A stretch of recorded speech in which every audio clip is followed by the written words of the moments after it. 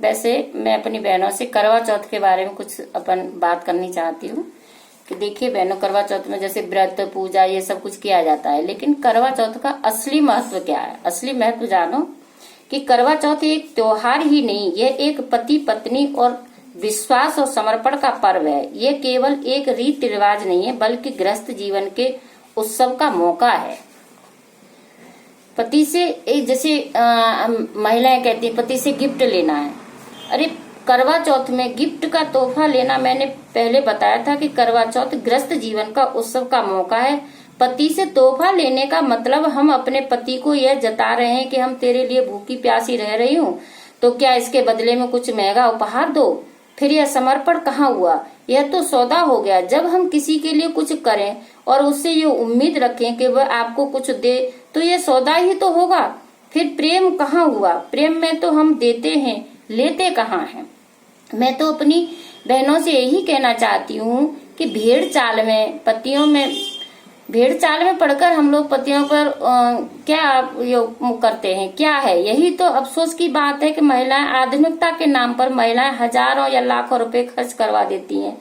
पूजा के नाम पर कपड़ों और ज्वेलरी के लिए पति पर दबाव डालती हैं। इससे तो अच्छा कि आप व्रत ही ना कर रखें। अगर खुशी से पति कुछ देते हैं तो आप ले सकती हैं, दबाव बनाकर गलत है। ऐसा करना करवा चौथ का क्या फायदा कि पति के लिए बोझ बन जाए। पति को यह मत जताओ कि मैं सब तुम्हारे लिए ही तो कर रही हूँ। ये तो एक एहसान हो गया, इसमें बहनों की तो खुशी मिलती है, हम लोगों को भी तो खुशी मिलती है इसमें। ये तो एक तरह का एहसान हो गया। और हमारे हर त्योहार इतने समर्पण से हम लोग व्रत रखते हैं, सब कुछ करते हैं, लेकिन उसको कहाँ किस रूप में बदला जा रहा है, ये बहुत गलत है।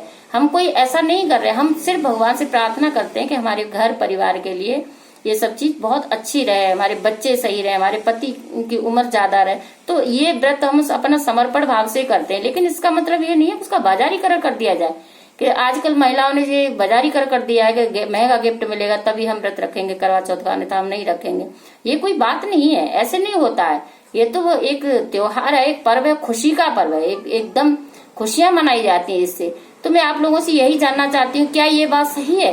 क्या हमारी बहनें जैसे अपने पतियों पर दबाव बना के कि करवा चौथ का व्रत, ये तो हमारा समर्पण है। हम अपनी सासू माँ के पैर छूते हैं और मंदिर जाते हैं, मंदिर से माँ पार्वती का आशीर्वाद लेके आए सासू माँ। अब सासू माँ से अगर हम लोग ये कहने लगे कि तुमने हमने क्या दिया, अरे वो तो सब कुछ दे चुकी, हमें अपना बेटा पाल के बड़ा करके हमें पढ़ा लिखा के हमें गिफ्ट किया है। इससे बड़ा गिफ्ट हमारी सासू माँ हमें क्या देंगी बताइए? हमें उन्होंने अपना जीवन दे दिया, और इससे ज्यादा वो क्या दें? ये करवा चौथ का व्रत का कोई हंसी मजाक नहीं है, ये बहुत बड़ा व्रत है, बहुत बड़ा पर्व है। तो मैं सभी से हाथ जोड़ के निवेदन करती हूँ कि आप लोग भी इस चीज को सभी लोग समझिएगा, और समझते भी हैं, ऐसी बात नहीं है कि सभी बहनें समझती भी हैं। लेकिन हाँ, कभी इस तरह से पति को दुखी करके या उस पर पैसा नहीं है तब भी तुम उससे कहो कि हमें गिफ्ट दो, साड़ी दो या सोना दो, या ये सब चीजें ठीक नहीं है, मेरी समझ से ठीक नहीं है। आप लोग कमेंट में प्लीज बताइए क्या ये बातें सारी सही है। अगर हम सासू माँ का सम्मान करते हैं तो हमारी वो माँ ही तो है, तो हम अपनी माँ का इस दिन माँ का भी सम्मान करते हैं, माँ पार्वती का, गणेश जी भगवान का, इन सब का आशीर्वाद लेते हैं, और घर में खुशियों के साथ रहा जाता है। वो सबसे बड़ा व्रत होता है। जय। आप लोग बताइए प्लीज कैसे क्या किया गया। ठीक है, थैंक यू।